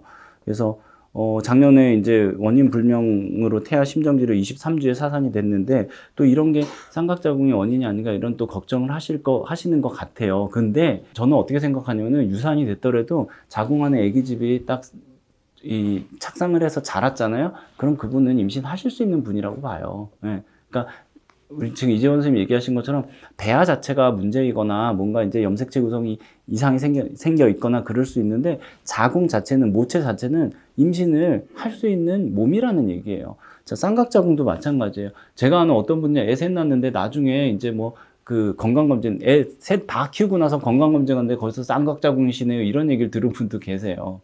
그래서 쌍각자궁이 그렇게 그러니까 모양에 따라서 좀 다르기는 해요. 쌍각자궁도 이렇게 분류하는 기준들이 있거든요. 그래서 요걸 조금 더 설명드리자면 자궁이 원래 우리 몸에서 여자 아기가 엄마 뱃속에서 형성이 될 때 어떻게 형성이 되냐면은 우리 몸에 신장은 2개잖아요. 근데 자궁은 하나인데 난소는 2개잖아요. 왜냐하면은 신장이라든가 난소, 자궁 이게 원래 오른쪽 왼쪽에서 그 발달되는 시작이 2개가 양쪽에서 시작이 돼요. 그래서 발달해 오면서 자궁은 붙어서 하나가 되는 거예요. 그래서 자궁은 하나고 양쪽에 난소가 있고 이렇게 되는 건데 그 양쪽에서 발달해서 붙는 게 덜 붙으면은 이제 2개짜리 자궁이 되는 거예요. 근데 그러면은 반대 개념이 뭐냐면 단각자궁이라는 게 있거든요. 단각자궁은 뭐냐면은 이 양쪽에 둘 중에서 하나만 발달된 경우예요. 그러면 단각자궁이에요. 그러면 쌍각자궁이 어떤 쌍각자궁이냐면 이 단각자궁이 2개가 있는 하나도 안 붙어서 단각자궁이 2개가 있는 쌍각자궁이 있어요. 이거는 조금 이게 단각자궁은 임신 확률이 좀 떨어져요. 착상이 돼도 이제 좀 이렇게 조기에 유산하거나 유산될 수 있는 확률도 높은 걸로 알려져 있는데 왜냐하면 자궁각 내 공간이 좁기 때문에 그래요. 근데 그것도 개개인마다 되게 너무 차이가 큰 거예요. 단각자궁입니다. 그래서 무조건 임신 잘 안 됩니다가 아니라 단각자궁이지만 저는 그냥 하나 자궁처럼 큰 자궁도 봤어요. 그런 자궁도 괜찮거든요. 근데 어쨌든 쌍각자궁인데 단각자궁이 2개가 따로따로 있는 쌍각자궁이다. 그런 문제일 수 있겠지만 대부분의 쌍각자궁은 Y자 모양으로 생겨서 아래쪽은 붙어있고 위쪽 공간이 둘로 나눠져 있는 그래서 자궁의 공간으로 보면 훨씬 더 넓어요. 네, 그런 경우가 많아요. 그래서 그런 쌍각자궁은 착상 잘 될 수 있고 출산도 잘 해요. 별 문제 없이. 그래서 모양에 따라서 많이 다릅니다. 그래서 그 모양을 정확하게 알아보려면은 일단은 자궁 난관 조영술을 해보면은 전체적인 모양을 알 수 있고요. 안에 공간을 확인해 보면은 자궁 내시경을 해보시면 알 수 있어요. 근데 일반적으로는 쌍각자궁은 저희가 크게 그걸 교정하지 않아도 임신 잘 될 수 있다라고 봐요. 근데 쌍각자궁하고 비슷한데 좀 임신에 영향을 미칠 수 있는 거는 자궁 내 중격이 있는 경우가 있어요. 이거는 좀 메커니즘이 다른데 얘는 자궁이 둘이 양쪽에서 붙어야 되는데 너무 과하게 붙은 거예요. 과하게 붙으니까 가운데 조직이 남아버리는 거예요. 그래서 중격이 생기는 경우거든요. 근데 이 중격에는 혈관 분포가 혈액 순환이 잘 안 되기 때문에 거기 가서 착상이 돼버리면 잘 유지가 안 될 수가 있어요. 그래서 그런 자궁 중격의 경우에는 자궁 내시경을 해서 그 중격을 이제 잘라내주는 자궁 중격 절제술을 해주면은 또 정상적인 모양으로 만들어줄 수가 있어요. 네. 우리 김상도 선생님이 그 수술을 대단히 잘하십니다. 그러니까 필요하신 분들은 꼭 가셔서 진료 받으시면 진짜 도움이 될 것 같아요. 지금 제가 받은 질문은 뭐였냐면 시험관을 실패를 하셨는데 이식도 못한 채 실패를 하셨다고 해요. 그리고 배아가 자라다가 한 8세포기 정도까지 갔다가 그냥 더 이상 자라지 않아서 멈췄다고 하는데 자, 배아가 천천히 자라거나 늦게 자라거나 자라다 멈추었을 때에 과연 무엇이 문제였을까? 사실 우리도 정확하게 왜 이것이 멈췄는지 알 수는 없어요. 하지만 너무 속상해 하실 필요는 없는 게 이거는 이때 일인 거예요. 그리고 우리가 새로 시도를 하면 또 다른 세트의 정자와 다른 세트의 난자들이 새로 나올 거고 결국은 우리가 여러분들의 정자 난자를 좋게 해주는 거는 우리가 하는 게 별로 없어요. 결국은 되게 이기적으로 제일 좋은 거 하나만 골라서 임신시켜 드리는 과정인 거예요. 그런 관점에서 본다면 사실 이전의 과정들이 어떠함으로 인해서 너무 그거에 매이실 필요는 없을 것 같고 안 좋은 게 나오면은 할 수 없는 겁니다. 그건 지나가고 그 다음 시도를 통해서 더 좋은 난자가 나오기를 기대해 봐야죠. 뭐 그런 논리로 막 너무 그냥 임신도 우리 불임이라고 진단하기 전까지 12달이라는 시간을 들이지 않습니까? 그 앞에 정상 사람들도 10번 다 실패하고 임신하고 그러는 거예요. 그러니까 너무 속상하셨겠고 충격적이겠지만 제 시험관 하면 꼭 될 줄 알았는데 이번에 안 되고 그러면 너무 충격적이긴 하지만 그거를 그렇게 무겁게 받아들이실 필요는 저는 없다고 생각을 합니다. 점지 지금 온 것 중에 PGT 검사에 대한 질문들이 되게 증복돼서 많이 들어와요. 보면은 자, 우리 PGT 얘기를 좀 해보겠습니다. PGT 제가 대단히 사랑하고 좋아하는 검사입니다. 저는 대단히 좋아하고 이거에 대한 관심이 늘 있었고 적극적으로 활용을 하고 있어요. 모든 의사 선생님들이 다 똑같이 동의하는 것은 아닙니다. 저는 그 나름대로 그 검사의 기전이 되게 훌륭하다고 생각하고 그 검사가 주장하는 이론대로만 진행이 된다면 너무나 아주 강력한 도구라고 생각을 해요. 하지만 이거에 단점이 있어요. 이 검사가 그닥 친절하지가 않아요. 이 검사를 겪고 싶으면 만족해야 되는 조건들이 있습니다. 그 중에 하나가 5일 배양 배아를 갖고 가야 돼요. 3일 배양이면 안 돼? 3일 배양 확보하고 좋잖아 해서 옛날에 저도 많이 해봤었어요, 실제로. 그리고 유럽 학회나 미국 학회나 이런 데서 몇만 명을 대상으로 3일 배양으로 한번 해보자. 5일 배양 만들기가 너무 힘드니까 해서 결과들을 내봤는데 그 결과가 되게 처참하게 나와요. 그러니까 검사를 그냥 한 사람들이 3일 배양에서 검사한 사람들보다 임신율이 더 높게 나오는 거예요. 돈 들이고 애써서 검사를 했는데 안 하는 이만 못한 결과들이 도출되기 시작했던 거죠. 그래서 5일 배양만을 고집을 하기 시작했어요. 5일 배양을 했더니 이제 좀 임신율이 올라간 효과가 나네. 이런 결과들이 나오기 시작했거든요. 그 일들이 벌써 2000년대 초반에 있었던 얘기들이기는 합니다. 지금은 뭐 기술들이 끝없이 발달해서 뭐 여러분들이 굳이 아실 필요 없는 어떤 검사의 테크닉한 좀 면들까지 진짜 획기적인 변화들이 일어났고 상당히 정확하고 하는 부분들은 존재합니다만 여전히 포배기, 5일 배양 배아의 필요성까지는 우리가 아직 극복하지 못하고 있는 게 현실이기는 해요. PGT-A를 할 때 또 하다 보면은 여러 가지 경우의 수가 생기거든요. 제가 가장 흔하게 나오는 경우의 수. 두려운 표정으로 나 쳐다봐. 자, PGT-A를 했는데 자꾸 임신이 안 된다면 이걸 과연 계속 해야 될 것인가? 이건 질문이 가장 많거든요. 그리고 의사 선생님마다 정답도 없고 다를 의견이 갈릴 수도 있어요.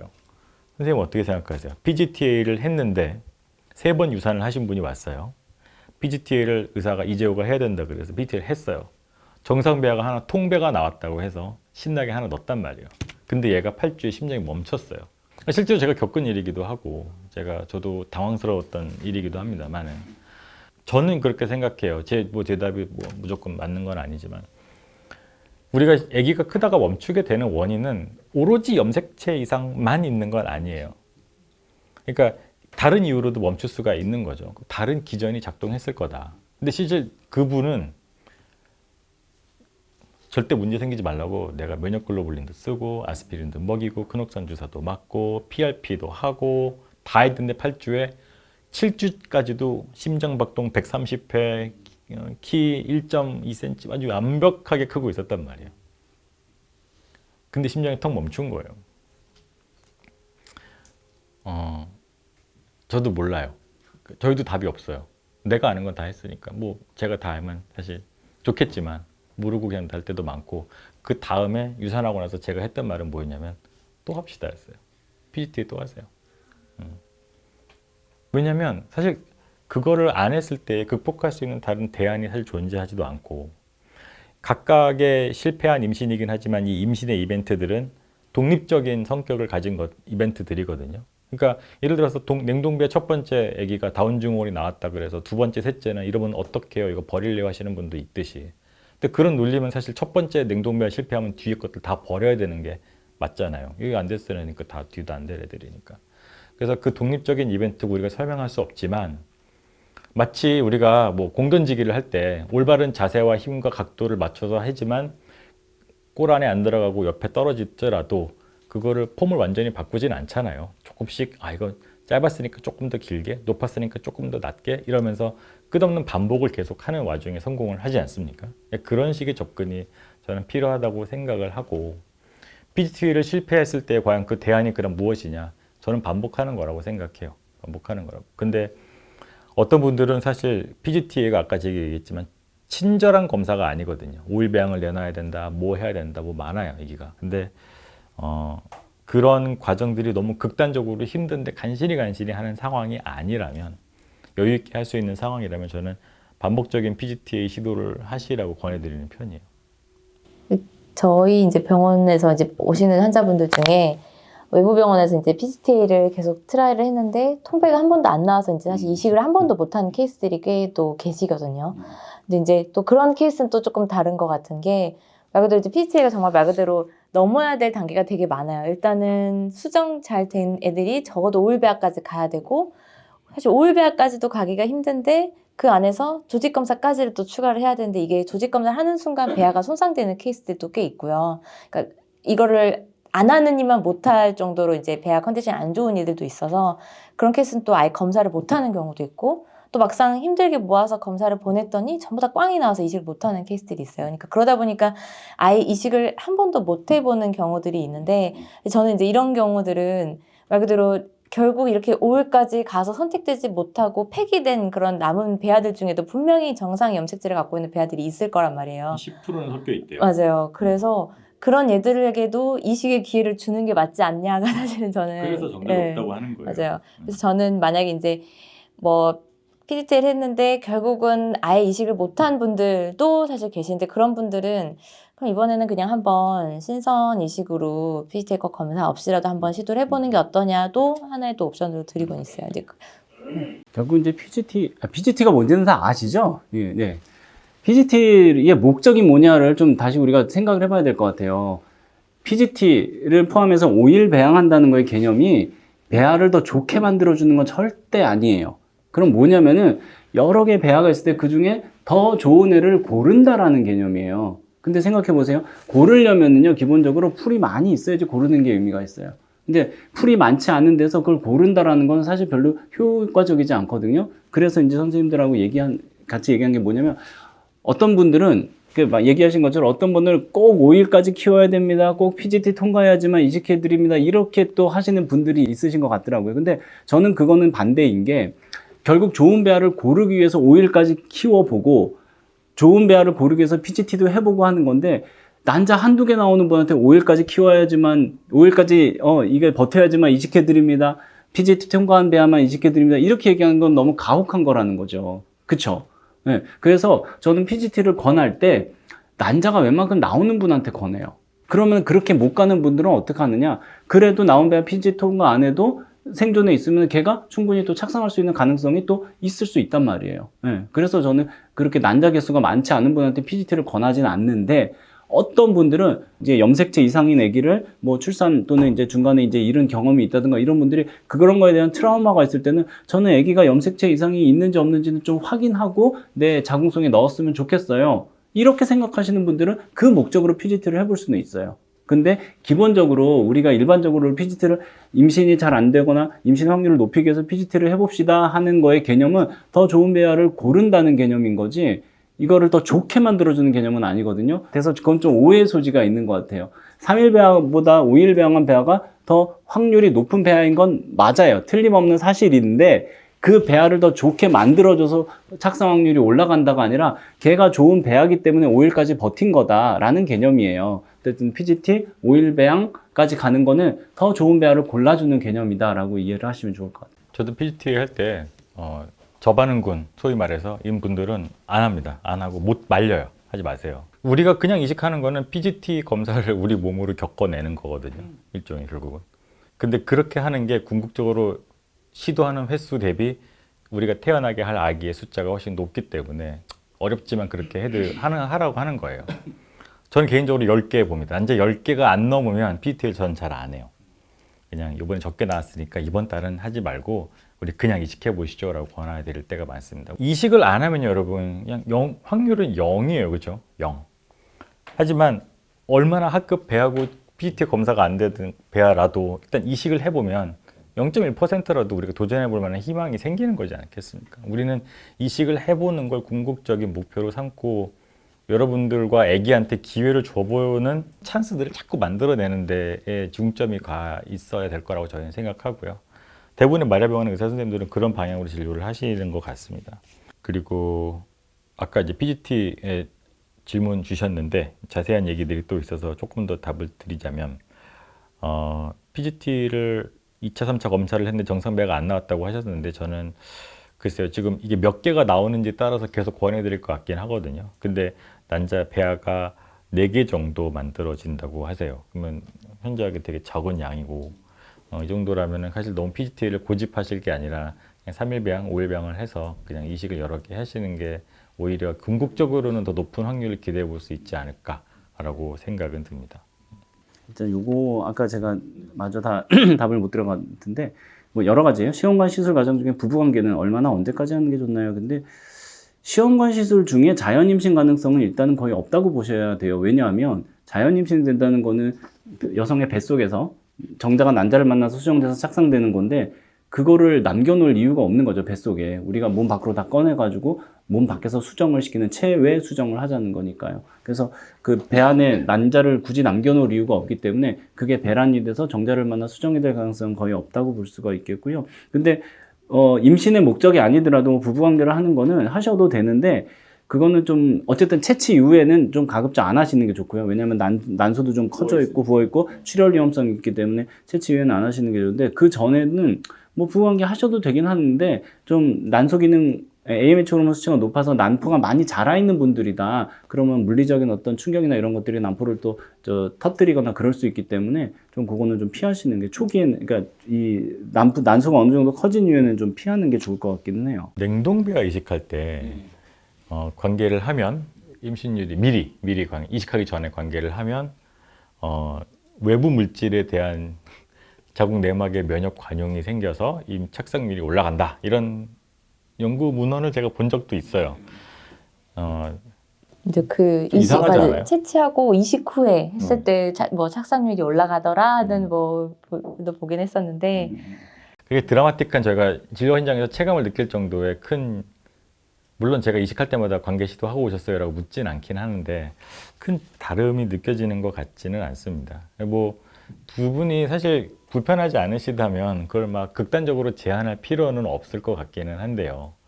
근데 그때 혹시나 이게 또 임신율이 조금이라도 올라갈까 해서 막 아프고 힘들어 죽겠는데 억지로 고생하면서 하실 필요까지는 없지 않나 정도로 생각은 들어요.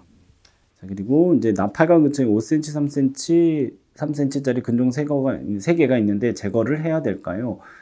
근종이 그 자궁에 있는 혹이잖아요. 쉽게 말해서 근육이 뭉친 것 같이 그런 생긴 혹이거든요.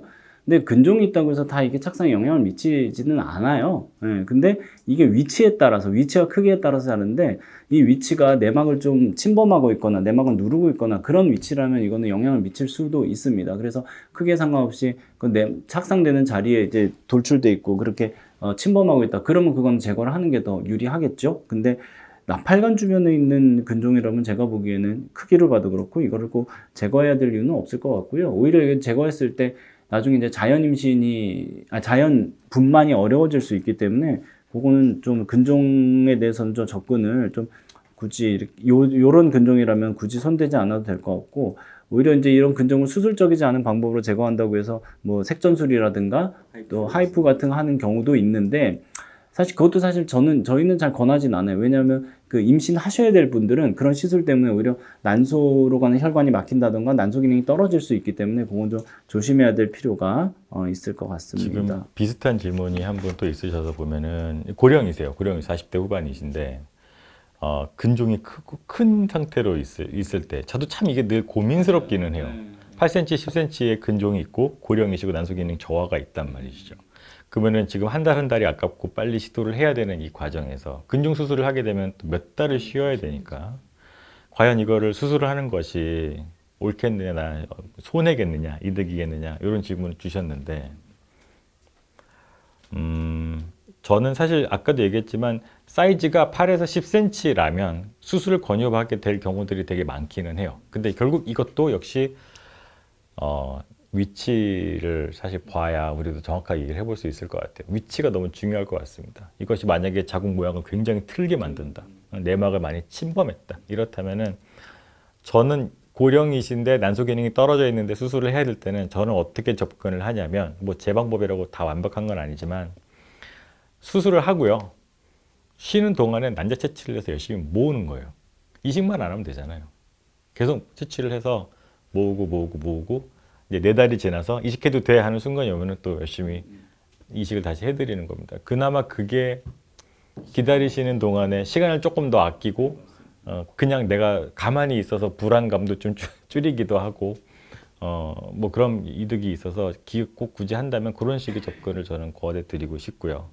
사실 어떤 의사도 이거 수술해야 돼 말아야 돼 라고 딱 잘라 얘기할 수 있는 의사는 아마 없을 거예요. 일단 의사 선생님마다 그리고 말할 때마다 다 얘기들이 서로 다 다르실 겁니다. 우리 병원 한 병원 안에서도 다른데요. 뭐. 그러니까 저의 의견은 그렇습니다. 그래서 그거 참고해서 결정을 내리시면 좋을 것 같아요. 이거 재밌는 질문인데 멀미가 심하시대요. 아까 질문해주신 분이 배아 이식 후에 멀미약 복용해도 되나요? 근데 자 멀미약의 성분이 보통 항히스타민하고 아세틸콜린 이런 성분인데 되게 종류가 많아가지고 뭐 키미테정 뭐 이런 것도 있고 근데 뭐 아까 말씀하신 것처럼 사실 약제들 같은 경우는 말 그대로 카테고리 X에 해당되는 뭐 그런 비타민 A 유도체 이런 애들이 아니면은 임신 전에 그러니까 임신이 확인하기 전에 복용하시는 것들은 말 그대로 영향이 있었으면 아마 임신이 안 됐을 거고 영향이 전혀 없었기 때문에 임신이 되는 거기 때문에 복용하시는 거에 대해서 너무 임신 전에 뭐 감기 걸렸어요 뭐 약 어떤 거 먹어도 돼요 뭐 소화가 안 되고도 뭐 설사를 많이 해 이런 거 양 드시는 거는 그러니까 임신 중에도 사실은 복용할 수 있는 약제들이 되게 많거든요. 그거를 이제 설명을 드리고 단기간 잠깐 복용하는 것들은 정말 잘 문제가 안 되세요. 그래서 너무 그거 약제들이 하나하나 걱정 안 하셔도 될 것 같아요. 그래서 저희도 이 약에 대해서 참 많이 질문 받기도 하고요. 특히 이제 감기 걸리고 몸살 났는데 다음에 오셔가지고 제가 임신 가능성이 있으니까 제가 약 하나도 안 먹고 버텼어요. 막 이렇게 얘기하시는 분들이 계시는데 뭐 너무 안쓰러운 거예요. 너무 장하시긴 한데 아유 그래요 잘하셨어요 그렇게 얘기는 드리는데 이렇게 몸이 너무 힘든데 그거를 막 그냥 끙끙 앓고 계시지는 마세요. 그 약들이 기본적으로 이게 세이프하다 괜찮다라는 얘기를 못하는 이유가 산모를 대상으로 이게 어떤 연구를 진행을 못했기 때문에 그래요. 네. 저 어떻게 하겠어요? 그러니까 한번 먹어봐요 이럴 수도 없고. 배아에 어떤 그 영향을 미칠 수 있는 거 우리가 윤리적으로 이거 허용이 안 되기 때문에 이런 걸 연구가 안 돼 있어서 그런 거거든요. 근데 잘 몰라서 안 쓰는 거지 못 쓰는 거지 그래도 그런 어떤 치료적인 효과가 훨씬 중요하다 그러면은 일단은 절대 안 된다라고는 X등급의 약이 아닌 한은 어느 정도 저 치료 필요하면 써도 된다고 저는 봅니다. 저는 옛날 그 전공의 시절 때 약전 이게 두꺼운 걸 하나 샀었어요. 그런 질문을 이제 간혹 하시는 분들이 있어가지고 그 임신 중하고 이제 수유 중에 먹어도 되는 약제는 이렇게 두꺼운 책이 하나가 있는데 사실 저도 환자분들이 약제를 물어보면은 다 잘 모르기 때문에 다 일단 찾아보거든요. 근데 거기 있는 대부분이 임신 중에 하고 수유 중에 대한 답들은 다 있어요. 근데 임신 확인 전에 먹어도 되냐 이거는 사실 없어요. 그러니까 임신 중에도 1분기, 2분기, 3분기 중에 괜찮냐 안 괜찮냐 이런 걸 이제 세분화 나눠주고 또 대부분의 약제들이 휴먼 데이터는 되게 제한적이다 정도만 있고요. 동물 데이터도 보통 일반적으로 사람이 투약하는 약 용량의 몇 배 이상을 보통 동물 실험을 많이 하거든요. 그렇게 했을 때 기형아가 몇 프로가 나왔다 이거를 이제 나타내는 거라서 휴먼 데이터는 제한적이지만 리스크가 있을 수 있다가 대부분의 답이더라고요 보니까. 그러니까 말 그대로 고용량을 장기간 노출이 돼서 복용을 했을 때 문제가 되는 케이스들이 많다 보니까 그렇게 임신 확인하기 전에 특히 더 단기간 복용하는 것들은 더더욱 문제가 안 되신다고 보시면 되세요. 저는 진짜 약 때문에 음식이나 약 그런 것 때문에 실제로 임신이 없어지는 경우는 정말 극소수라고 저는 생각합니다.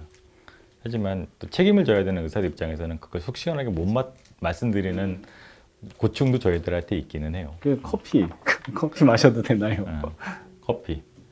커피도 원칙상은 하루에 한 잔까지는 다 괜찮다고요. 근데 사실 그것도 좀 무서우니까. 근데 요즘 최근 연구가 나온 게 임신 중에 커피를 드시면 아기가 작게 나온대요. 최근에 나온 거예요. 한 잔 한데. 한 잔도 안 된대요. 그래서 디카페인을 저희가 말씀을 드리긴 네. 합니다. 저희도. 이렇게 어렵습니다, 사실. 제가 지금 받은 질문지는 사연이 되게 정말 읽으면서 안타까웠어요. 긴데 근데 지금 다 읽어드리기는 좀 너무 길고 그래서 결국은 난소 기능이 많이 저하가 돼 있는 분인데 우여곡절 끝에 하나를 채취하셨고 지금 이식을 기다리고 계시는 상황이라고 하시네요. 그래서 지금 영양제를 질문을 주셨어요. 뭐 먹어도 되는지. 근데 비타민 D는 저는 보통 한 1000에서 2000 IU 정도를 드시라고 하는 편이고요. 유지 용량이죠. 유지 용량이고 제가 검사를 해본 비타민 D는 99%가 다 낮아요. 높은 사람이 거의 없어요. 다 낮아요.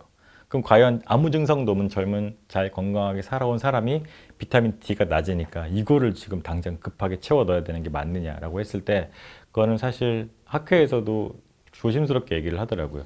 큰 문제가 없고 건강상의 문제가 없으면 그냥 유지 보충하는 정도는 드시되 이거를 정상 용량까지 끌어올리기 위한 특단의 조치를 취할 필요까지는 없다 정도가 학회의 입장인 것 같아요. 보충은 그리고 약을 보충을 우리가 비타민 D 모자라면 생긴다고 하는 여러 가지 문제점들이 있잖아요. 약으로 하려고 하지 말고 햇볕을 쬐서 식품을 섭취해서 올려라 라고 하는 게 아까 항산화제도 그렇듯이 그런 거 일맥상통하는 부분이 있는 것 같습니다. 비타민 D 그렇게 드시면 코큐텐 드시는 게 지금 비타민 D, 코큐텐, DHA, NAC, 가끔 흑염소탕 이렇게 쓰셨는데 유산균은 드셔도 되고요. DHA는 저도 옛날에 많이 드시라고 했었어요. 난소 기능이 떨어진 분들한테는 DHA 좋아요. 많이 드세요. 25mg짜리 하루에 3번, 75 드세요.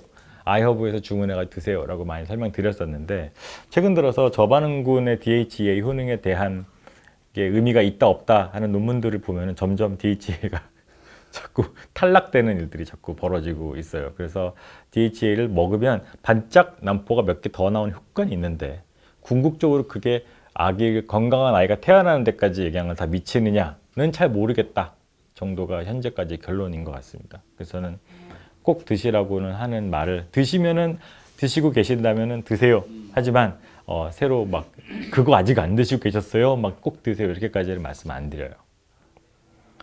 그렇습니다. 그렇게 알고 계시면 될 것 같고 자, 요거 지금 40대 후반에 난소 나이가 나와서 이제 본인도 40대이시고 여러 번 채취를 했는데 나오지 않았다가 고생도 많이 하셨고 가까스로 여러 개 모았다가 또 이식도 했는데도 잘 안 됐고 하셨대요. 자, 우리가 이제 난소 기능이 적은 분들한테는 우리가 과자극을 많이 하진 않아요. 그러니까 이렇게 저자극 이렇게 매달 채취할 수 있는 방법들을 쓰긴 하는데 또 이 질문도 많이 제가 듣는 질문이어가지고 연달아 하는 게 더 좋은가요? 띄엄띄엄 하는 게 더 좋은가요? 이 질문을 하셨거든요. 그게 정말 이제 환자분마다 다 다르긴 하는데, 선생님들도 경험마다 그때그때 좀 다르게 적용할 것 같아요. 그러니까 일률적으로 연속이 더 좋습니다. 이게 띄어서 하는 게 좋습니다라기보다 저는 개인적으로 어떤 좀 기준을 가지고 있냐면은, 배란 유도를 했을 때 난자가 좀 여러 개 나온다. 그러면은 많이 나올 수 있을 때 주사 용량을 좀 줘서 이렇게 여러 개 채취하고 좀 쉬었다 또 하고 그런 식으로 가는 게 더 낫다고 생각을 하고요. 이제 과배란 유도라도 난자가 많이 안 나온다. 그러면은 매달 한두 개씩 채취하는 쪽으로 가는 게 더 유리하다. 저는 그렇게 봅니다. 네. 개수 기준이 있으세요?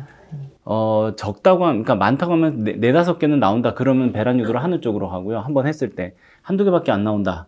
주사를 많이 썼는데도 한두 개씩밖에 안 나온다. 그러면은 그냥 배란 유도 안 하거나, 그러니까 소위 말하는 자연주기법 또는 이제 저자극, 먹는 약만 쓴다든가 하는 방법을 해서 한 개 또는 두 개 채취를 매달 하는 쪽으로 하고 저는 그런 방향으로 잡고 있어요. 근데 그냥 똑같은 게 나온다고 쳤을 때에 시험관 시술이라는 과정을 매달 겪는 것이 띄엄띄엄 하는 거에 비해서 유리할까요? 그러니까 이식할 수 있는 기회는 더 많아지겠죠. 많아지니까. 네. 그러니까 내가 이 시험관 시술을 붙여서 했다고, 자연주기 같은 거 붙여서 했다고 해서 똑같은 자연주기를 띄엄띄엄 한 사람보다는 그냥 그 사람들의 이식 배아 개수를 동일하게 놓고 산술적으로 계산을 했을 때에 무엇이 더 유리하고 불리하고 이런 것 같지는 않아요. 그러니까 내가 연달아 했다고 더 좋은 결과들이 나오고 띄엄띄엄 했다고 더 좋은 배아들이 나오고 이런 일은 아닐 거라는 거죠. 근데 시간이라는 요소를 집어넣었을 때에는 시간 대비 성공률은 붙여서 한 사람이 N수가 많으니까 더 높을 수밖에 없는 거고. 근데 이렇게 접근하게 되는 분들이 대부분은요, 하나가 되게 아쉬운 분들인 경우가 많아요. 제가 겪을 때는. 근데 언제 채취해도 네다섯 개는 나와요. 이런 분들이 이걸로 고민하지는 않거든요, 사실. 근데 그 하나가 이번 달에 나올까 말까 이게 고민이신 분들이 이번 달에는 하나라도 보일까요? 그러니까 이번 달에도 또 해봅시다 하게 되고 아유 이번 달엔 안 자랐네요 할 수 없네요. 그러면 또 다음 달에 다시 해보고 이렇게 접근하게 되는 것 같아요. 약간 저희는 그렇게 생각을 안 하지만 이게 매달 우리가 과자극하고 이게 뽑아내고 하는 과정들이 난소가 힘들지 않을까. 얘를 좀 쉬게 하는 타이밍이 있어야 되지 않을까라는 생각들을 하시는 것 같고 사실 그런 사이클들은 매번 다 독립적인 이벤트이기 때문에 내가 지난달에 얘를 혹사시켰으니까 이번 달에 좀 덜 나올 거야. 이런 것들은 직접적인 연관이 있다고 보지는 않고 있습니다. 그래서 그거는 이어서 하셔도 괜찮아요. 어차피 본인의 난소들은 평생 매달 배란을 해왔지 않습니까? 휴식기를 갖지 않아요, 난소는. 그러니까 그냥 하셔도 괜찮을 것 같아요. 지금 자궁 내막 종이 있으시대요. 6cm 정도 된 내막 종이 있으시고 그러고 나서 지금 계속 유산을 겪고 치료를 겪고 이렇게 계시는데 내막 종 자체가 유산율을 올릴까요? 실제로 그 내막종이 뭐 유착 이런 것도 유발을 하지만 여기서 나오는 여러 가지 화학 물질들 때문에 난자의 질, 배아의 질에 영향을 좀 주기도 합니다. 실제로 착상을 방해하는 경우도 많고요. NK 세포가 높다고 하세요. NK 세포가 높고 요즘 면역글로불린이 막 구하기가 힘들지 않습니까? 그럴 때 저도 NK 세포가 높으신 분들한테는 콩주사를 많이 드리고 있기는 한데 자, 콩주사랑 면역글로불린 하나는 싸고 하나는 비싸고 하나는 구하기 쉽고 하나는 구하기 어렵고 어떤 걸 쓰는 게 좋을까 고민도 사실 되거든요. 저는 면역글로불린보다는 콩주사 쪽에 조금 정이 더 가기는 해요. 일단 비용이 NK세포 자체가 진짜 문제가 된다라고 확실하게 정립된 계기가 아니거든요, 사실. NK세포도 파고 들어가면 되게 제가 NK세포가 과연 좋을지에 대한 영상을 만들려고 막 우리 김 선생한테 연구도 시키고 막 조사도 많이 해봤었어요. 근데 영상을 대본을 6장인가 쓰고 결론을 못 내리겠어서 영상을 포기했거든요. 안 만들었어요. 그 얘기인즉슨 이렇게 얘기하는 의사도 많고 저렇게 얘기하는 의사도 많다는 거예요. NK세포가 진짜 나쁜지 해로운지 안 해로운지조차도 서로 아직 결론이 안 나 있는 이 상태에서 그거를 치료하는데 어떤 약제가 더 좋으냐 이런 얘기를 하는 것 자체가 부정확할 수밖에 없다는 부분도 있고 그렇게 부정확하다면 저는 그래도 싼 거 쓰는 게 낫지 않을까라는 게 제 생각이긴 합니다. NK셀이라는 게 아시겠지만 내추럴 킬러셀 그런데 막 킬러래 그럼 되게 무시무시한 세포 같잖아요. 태아살의 세포라고 부르더라고요. 너무 무서워서. 네, 근데 기본적으로는 우리 몸에서 좋은 역할을 하는 세포예요. 그래서 뭐냐면은 우리 몸에서 암세포 같은 걸 잡아먹는 그런 종류의 백혈구 세포예요. 그러니까 원래는 좋은 역할을 하는 거고 우리가 여러분들이 이제 건강 검진하면은 가끔 NK 세포를 측정하는 그런 항목들이 있어요. 근데 그게 낮아져 있으면 면역이 떨어졌습니다. 이렇게 해석하는 부분인데 사실 그래서 NK 세포가 높은 건 좋은 거예요. 그래서 오히려 그게 떨어지면은 안 좋은 건데 이게 이제 태아라는 게 우리 몸속에서 이제 딱 착상이 됐을 때 이게 암 조직하고 비슷한 양상을 보인다는 거거든요. 이렇게 분할을 빨리빨리 한단 말이에요. 태아는. 그래서 그거를 공격할 수도 있다라는 논리인 건데 NK셀이 높다고 해서 반드시 유산율이 높다 막 그렇게 단정적으로 얘기할 수는 없는 거예요. 그래서 NK셀이 이제 뭐 14% 이상이다. 그러면은 이제 면역 글로불린 맞아야 된다. 이렇게 얘기를 생각들을 하시는데 14% 이상이면 꼭 맞아야 됩니다가 아니라 그 14% 이상이면 면역 글로불린을 써도 됩니다라고 허용해준 그냥 수치인 거예요. 그래서 그 14% 이게 막 절대적인 그런 수치는 아니거든요. 그래서 저도 개인적으로는 면역 글로불린보다는 오히려 콩주사를 더 선호하는 게 이건 그냥 영양 성분인 거기 때문에 훨씬 더 몸에 부담이 적지 않을까. 면역 글로불린 잘못하면 알러지 반응도 와서 부작용도 꽤 생길 때가 있어요. 저희가 초진 진료 볼 때 한참 NK셀을 저희가 루틴으로 아예 그냥 피검사를 같이 해봤던 적이 있었는데 생각보다 정상 여성분들에서 NK 수치가 그러니까 원래 일반 노말 레인지가 24, 26 정도까지거든요. 사실 그러니까 12 이상인 분들이 되게 많으세요, 생각보다. 근데 그런 분들이 다 임신이 안 되냐? 꼭 그렇진 않거든요. 그러니까 그 이후로는 사실 검사를 이제 기본으로 안 하긴 했는데 어쨌든 하나의 그냥 말 그대로 가이드라인의 기준이라고 보시면 되세요. 네. 그래서 저 그럴 거라면 너무 비싼 비용이 드는 면역 글로불린보다는 인트라리피드 맞고 스모프 맞으시고 그걸 너무 불안해하실 필요는 없지 않나라는 그 생각합니다. 시험관을 4차까지 하면 성공률이 80%까지 올라간다는데 올라간다는 이유가 있을까요? 이게 뭐 아까도 말씀드렸던 누적 임신율이라는 게 그냥 그 확률 게임인 것 같아요. 매 회차마다 예를 들어서 뭐 25%의 확률을 갖고 있는 사람이라고 하면은 1차 때 25%, 안 된 75%가 결국 2차에 또 가서 또 그 25%가 되고 또 20% 이렇게 이런 식으로 이렇게 기울어지는 함수를 그리게 되거든요. 그러니까 그럼 25%니까 4번 하면 100%가 되냐고 그렇지는 않고요. 이게 이런 식으로 이렇게 그러면 좋겠죠.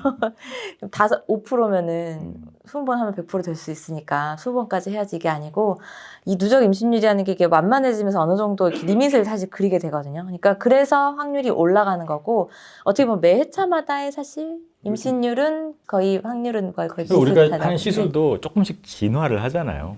뭐 그러면서 올라가는 부분도 있을 거고 얻어 학습된 결과들로 인해서. 했나요? PGTL 엄마 아빠가 다 정상인데 해야 될까요? PGT에서 보는 거는 결국 염색체 수적인 이상이거든요. 그러니까 염색체가 일부분이 뭔가 뭐 위치가 바뀌어 있다든가 이런 것까지 보진 않아요. 염색체 수적인 이상, 뭐 몇 번 염색체가 뭐 3개라든가 몇 번 염색체가 하나밖에 없다든가 이런 수적인 걸 보는 건데 이런 수적인 이상이 생기는 대부분은 엄마 아빠로부터 그 물려받은 경우가 아니라 배아가 수정이 돼서 새로운 어떤 개체가 되면서 엄마 아빠와 다른 새로운 개체가 되면서 염색체 얘의 구성을 하면서 에러가 생긴 경우가 대부분이에요. 그러니까 우리가 염색체 이상이라고 할 때 염색체이기 때문에 유전이기 때문에 유전자 질환이기 때문에 다 유전됐다라고 생각하시는 경우가 많은데 그렇지 않은 경우가 대부분이에요. 그러니까 그 개체에서 발생한 그 이상인 경우가 훨씬 더 대부분이거든요. 그러니까 그 개체의 염색체의 어떤 구성이 괜찮은지를 보는 거고 당연히 엄마 아빠는 정상인 확률이 훨씬 높겠죠. 그러니까 이제 멀쩡하게 이렇게 이게 일상생활을 하고 계시겠죠. 네. 근데도 정상 정자, 정상 난자가 만나서 수정돼도 얘가 에러가 발생할 수 있기 때문에 그걸 보자는 게 이제 PGT를 보는 거죠. 나중에 이제 임신이 됐을 때 양수 검사를 통해서 보는 것도 마찬가지인 거고. 결국 PGT를 하셔도 양수 검사랑은 하셔야 돼요. 기본 그 기형아 검사 똑같이 다른 분들 하는 것처럼 동일하게 하셔야 됩니다. 면제부를 받는 게 아니기는 합니다. 그랬으면 좋겠는데 그렇긴 하더라고요. 자, 이 정도면 우리가 여쭤봤던 거 다 봤나요? 마지막 한 문. 마지막 하나 더. 남성 난임으로 인한 임신 성공 사례도 많이 있나요? 그럼요. 비폐쇄 무정자증 태세 것 같아요. 말씀하시는 거. 비폐쇄 그 마이크로 태세. 마이크로 태세. 네. 사실 남성 난임 요인 같은 경우는 어떻게 보면 시험관으로 해결할 수 있는 유일한 방법이거든요. 그러니까 남성 요인 때문에 인공수정도 안 되고 무조건 시험관 하셔야 되는 분들은 어떻게 보면 시험관을 통해서 문제를 사실 해결할 수 있는 기회라고 생각이 되거든요.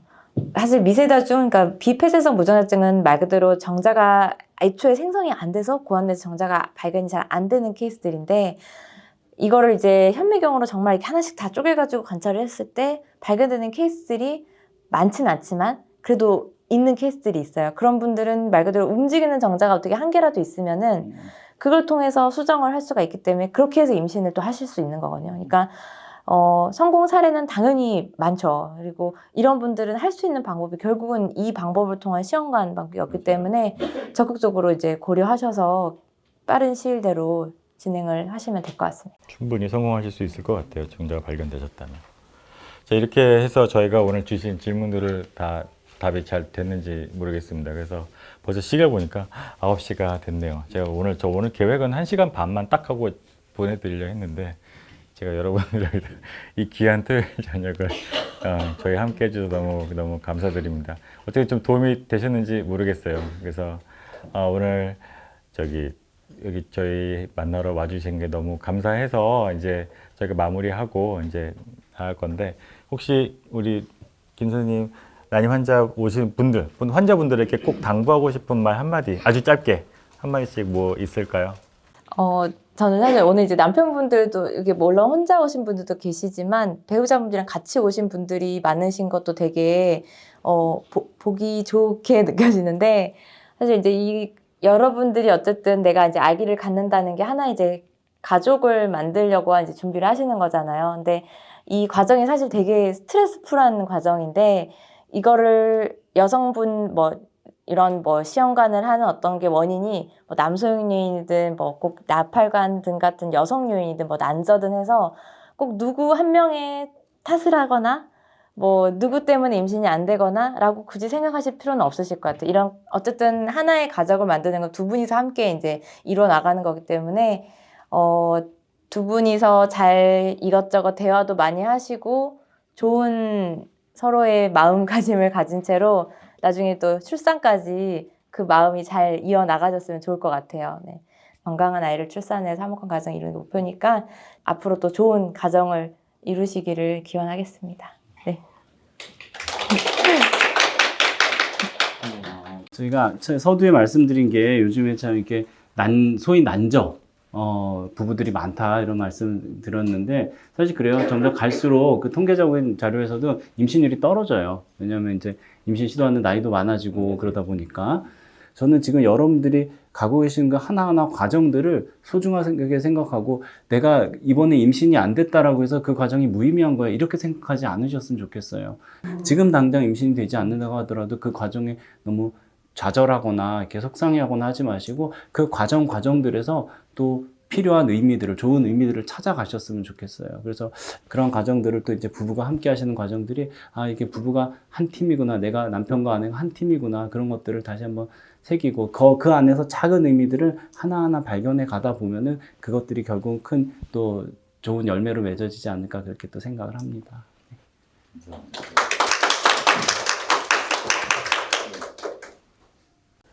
여기 계신 분들 다 꼭 그거는 기억하고 가셨으면 좋겠어요. 여러분들은 충분히 다 잘하고 계세요.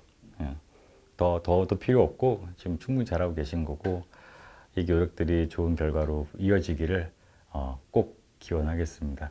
우리 오늘 서로 응원하는 의미에서 크게 박수 한번 치고 마무리하겠습니다.